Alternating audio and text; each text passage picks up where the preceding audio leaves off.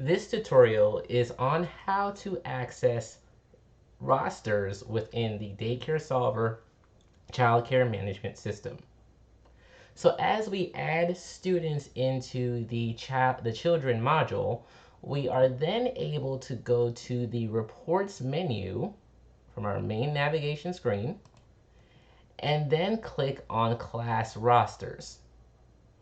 When we click on class rosters, the system automatically groups and populates all the children assigned to a location and teacher and creates a single roster for each instructor's course. And what will happen is the children will be organized in alphabetical order by last name.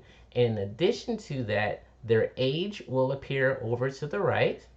If the child is under 1 year of age, the age will be signified by the word infant. So the age will be equal to infant. So if they're less than 12 months old, the age will say infant.